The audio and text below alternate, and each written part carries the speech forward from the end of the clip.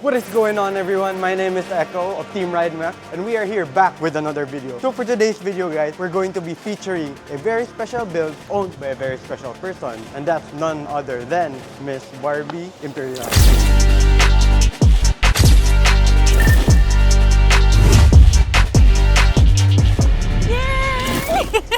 Hi, Echo. How are you? Hi. Nice to meet you. Nice to meet you.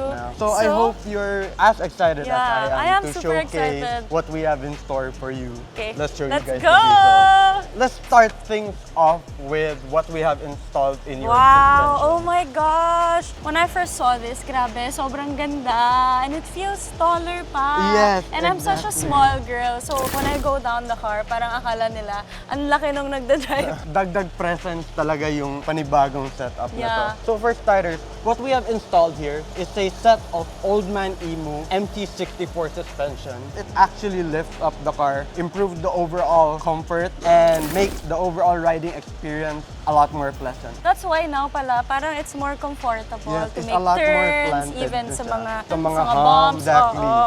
Moving on, naka-upgrade na rin tayo ng wheels and tires natin.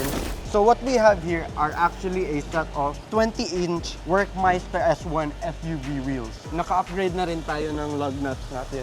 Those are work wheels lug nuts, a lot more durable than the original lug nuts that originally came with the car.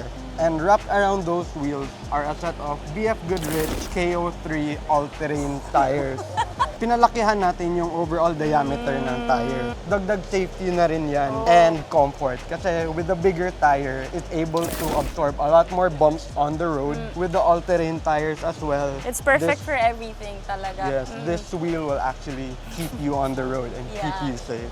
Yung yellow part, That's my eto favorite talaga. part. The It yellow really one. pops. Yeah. It's very nice. These are a set of upgraded ICOOH Big Brake Kit. Considering that we've added a lot of accessories into your car, such as the bigger wheels and tires, making it a lot more demanding sa mga brakes niya. So, in order to aid in such and make the car feel a lot safer, nag-upgrade tayo into bigger brake. Now, the ICOOH Big Brake Kit actually has superior braking capabilities, easier to stop despite having all this weight Wow. added. So mas safe nga talaga Yes, siya, no? exactly. And as you can see sa rotors natin, may mga slots siya. Yeah. Dun. So those slots are there to manage the heat that is generated by the brake. Yeah. It actually helps distribute the heat better air. and make the brakes a lot more cooler. Oh, that's amazing. Yung buong setup talaga natin for your car isn't just purely for look. There's also like function in mind talaga built in and Parang it safety. looks so good na nga. It's Yes. also safe pa to drive. Yes. Especially for me kasi sometimes I'm always in taping and sometimes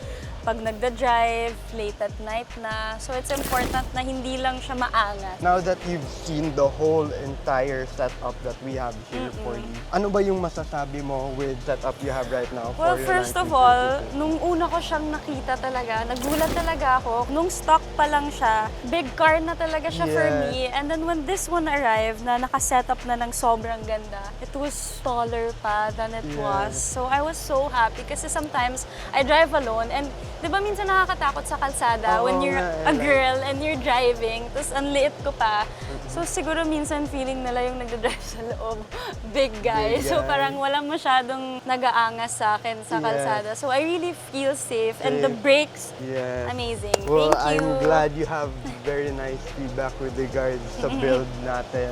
And with that being said, guys, once again, this is Echo of Team Ridemax together with Barbie Imperial. I thank you all for watching. Hopefully you guys enjoyed and we'll see you on the next one. Bye!